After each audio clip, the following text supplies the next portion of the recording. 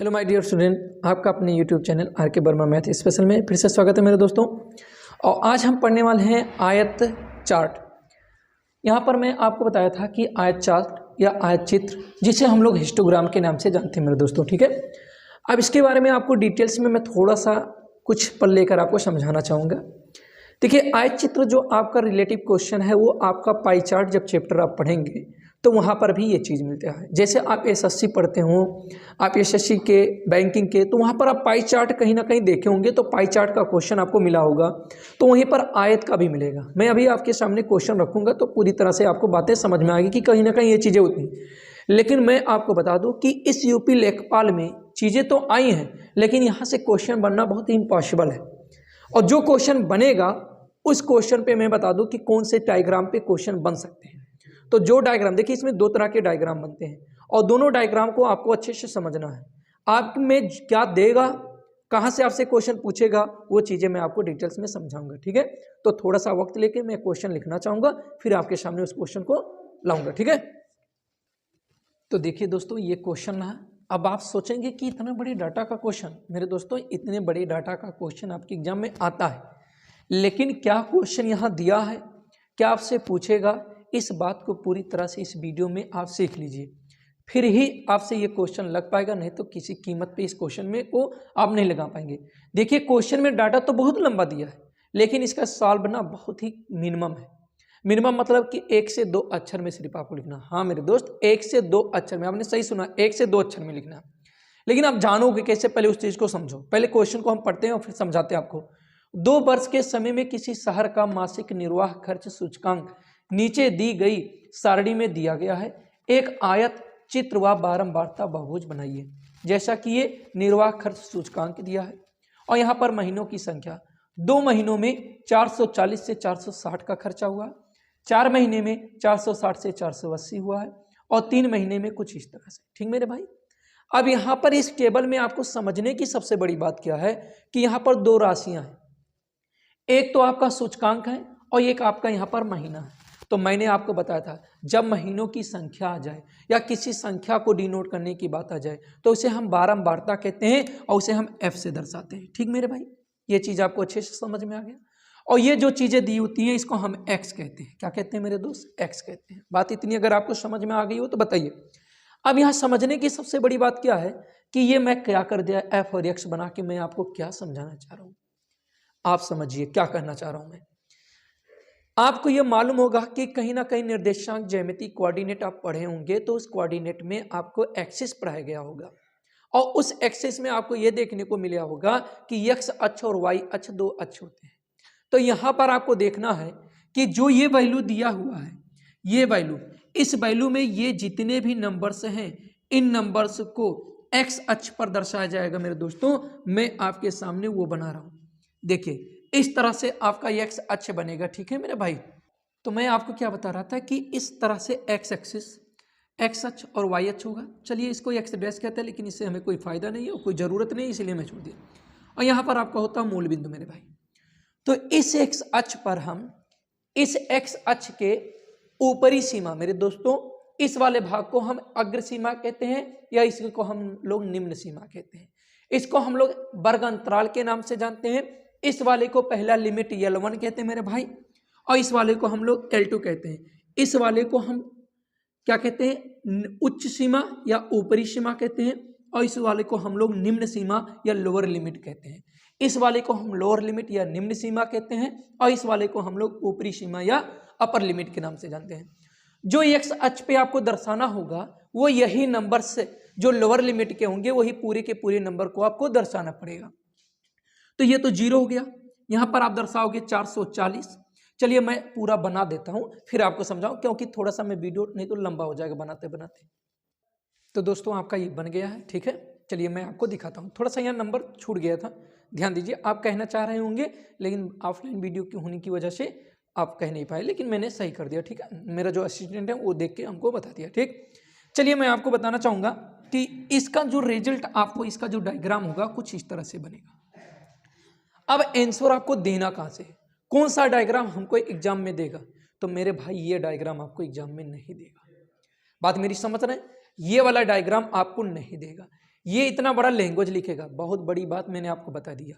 आपकी जो डाउट या आपके कन्फ्यूजन रहे होंगे वो कन्फ्यूजन और डाउट आपकी क्लियर, ये चीज आपका नहीं देगा, ये देगा और इसके साथ में ये देगा। और यहां पर मैं आपको बता दूं, ये जो नंबर से मैं लिखा हूं वो नंबर से भी नहीं लिखा रहेगा। अगर नंबर से लिखा रहेगा तो अब तो आप फटाक से आंसर बता देंगे।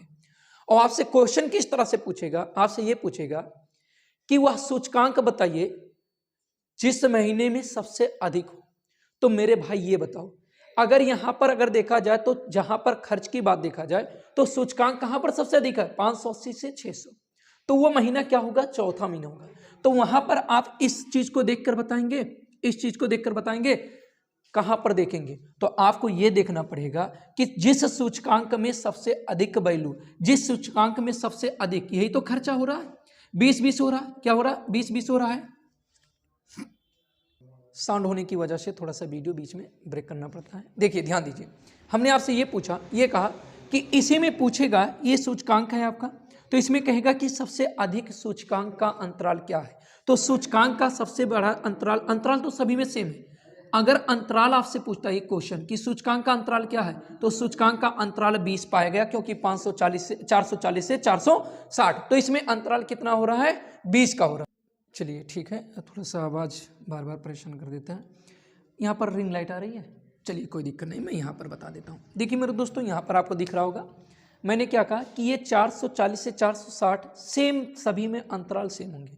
तो अगर ये आपसे पूछता है कि उनका अंतराल यानी सूचकांक में कितने का अंतराल है, तो वो 20 का पाया जाएगा। कितने का, 20 का। तो वो चीज़ मैं आपको यहाँ दिखा रहा था, सेम यहाँ, सेम यहाँ, सेम यहाँ, सेम यहाँ, सेम यहाँ, मतलब सभी में सेम अंतराल हुआ। तो एक क्वेश्चन तो आपका बनता है क्या, अंतराल, कि सूचकांक में कितने का अंतराल है, तो 20 का होगा। दूसरी बात ये पूछ सकता है कि 20 का अंतराल किस महीने में, कौन से महीने में सबसे अधिक हो रहा है, यानी जो अंतराल पाया जा रहा है, अंतराल तो सभी में सेम है, लेकिन 20 का अंतराल होने में कौन सा महीना कम पड़ रहा है और कौन से महीना अधिक, मतलब कौन सा महीना, ये 20 का खर्चा, मेरी बात समझिए, ये 20 खर्च होने में, कहने का मतलब ये है कि ये 20 रुपया खर्च होने में कहाँ पर ज़्यादा महीने लगे, और यही बात 20 का खर्च होने में कहाँ पर कम से कम महीने लगे। तो मेरे दोस्तों अधिकतम की बात आएगी तो ये तो दिया नहीं रहेगा, इसी से पता करना है आपको। तो फटाक फटाक डाटा को यहाँ पर लिख दीजिए 2, यहाँ पर लिखिए 4, यहाँ पर लिखिए 3, यहाँ पर लिखिए 5, यहाँ पर आपका हो जाएगा 3, ये हो जाएगा 2, ये हो जाएगा 1, और इस तरह से 4। तो देखा जाए सबसे अंतराल 20 का अंतराल खर्च होने में सबसे अधिक महीने कितने लगे, तो ये वाली डाटा आप देख लीजिए कि ये वाला डाटा कितना ऊंचाई पर जा रहा है, सबसे अधिक ऊंचाई पर गया तो ये 5 हो गया, और सबसे मिनिमम की बात करेगा तो सबसे मिनिमम की बात हो गई 1। अगर आपसे ये नंबर पूछता कि 4 महीने में कितने का अंतराल आया, 4 महीने में कितने का अंतराल आया, तो 4 महीने में आपका अंतराल 20 का होगा। सेम अंतराल, अंतराल सेम है सभी में, सिर्फ आपको यह देखना था कि मैक्सिमम पूछ सकता है, मिनिमम पूछ सकता है, या किसी एक नंबर को ले सकता है, या केवल और केवल अंतराल पूछ सकता है। तो इसमें से 4 क्वेश्चन मैक्सिमम बनते हैं, एक इस तरह का डाटा देगा और उस तरह से आपके 4 क्वेश्चन बनते हैं। तो मैंने आपको क्या बताया कि कोई मैक्सिमम पूछ सकता है कि ज़्यादा, यानी 20 रुपये खर्च होने में ज़्यादा महीने, यानी आप कहते हैं कि भैया हम तो कहीं रूम लेकर पढ़ाई कर रहे हैं और हमने 20 रुपया लिया और 20 रुपया हमारा आपकी बार 5 महीने तक खर्चा चला। कितने, 5 महीने तक चला, तो यानी इसका मतलब कि ज़्यादा समय तक आपने व्यतीत किया।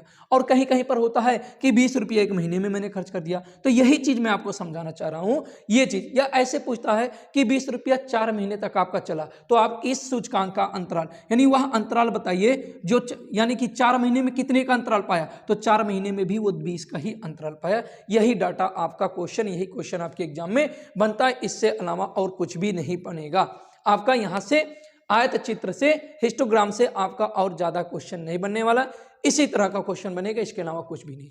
बात इतनी आपको समझ में आ गई हो तो बताइए। अब इसके अलावा आपको क्या पढ़ना है, क्या नहीं पढ़ना है।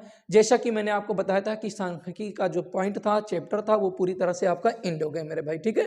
और आप लोगों को वीडियो पसंद भी आई, कोई दिक्कत भी नहीं है। सभी लोगों ने वहाँ पर जो भी देखा, जितने लोगों ने देखा, वॉच टाइम अगर मैंने देखा कि चैनल पर जाके मैंने देखा हर एक वीडियो का, तो वॉच टाइम बहुत ग्रो किया है। मतलब लोग इस वीडियो को ज़्यादा से ज़्यादा समय तक देखने की कोशिश कर रहे हैं और ज़्यादा से ज़्यादा लोग तक देख रहे हैं। यानी काफ़ी समय तक इस वीडियो पर रुक रहे हैं, यानी इसका मतलब है कि कहीं ना कहीं ये टॉपिक उनको पसंद आ रही है।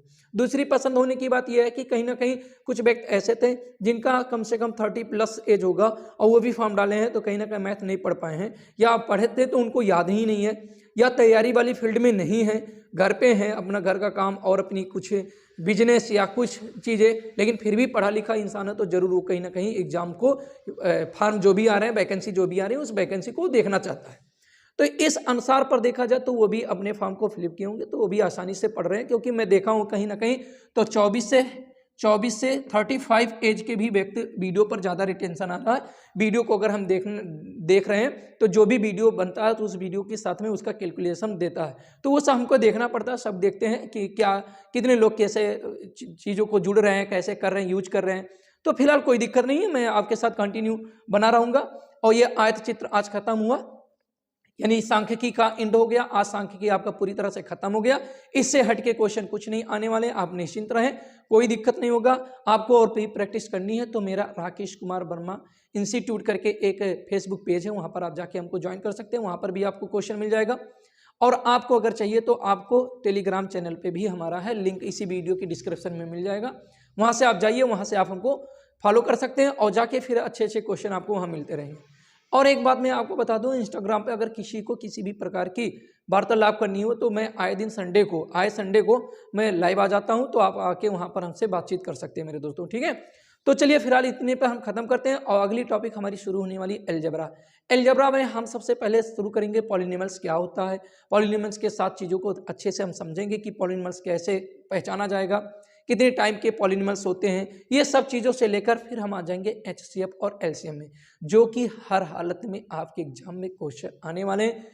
कोई बवाल नहीं, कोई पूछताछ नहीं, 100% सिर्फ अपने दिमाग में मेरी बात को रख के चलिए, 100% मैं बता रहा हूँ आपके क्वेश्चन एग्जाम में आएंगे एचसीएफ और एलसीएम से मेरे भाई, ठीक है।